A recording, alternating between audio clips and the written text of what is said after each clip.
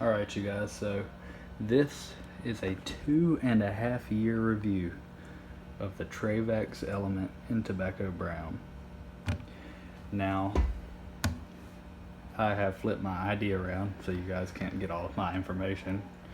But overall, I've had this wallet for a little over 2.5 years now, and it has held up great.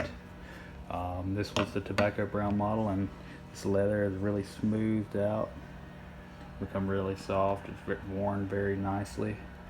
It's a tough wallet to use in the beginning, mainly because, especially if you're like me, if you have a bunch of cards, you have to stretch it.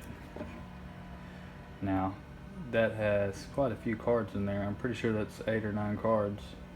No cash currently inside the wallet, but the bottle opener works nice. The money clip does work nicely.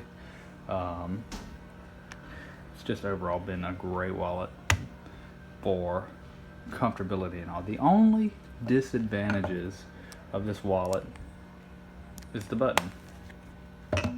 This button right here, as you can see, you see that dimple in my ID? Believe it or not, that has affected me in a few ways when I go to, say, purchase something where I need to show my ID. Some bars would consider that damage. Nobody has actually told me no, but they have told me to go get a new one before, and so far it hasn't caused me a major issue yet with the ID. But 2.5 years ago when I bought this wallet, there weren't chip cards. You know how your debit card and credit card has a chip now? If my chip is facing on this side as opposed to this side, which is just a simple flip of which way the card is oriented, this will ruin the chip within a week.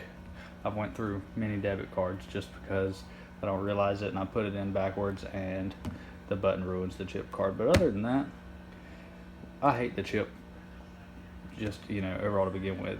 The fact that it ruins chips is not enough for me to get rid of it. I just have to be more careful in the way I put the card in the wallet.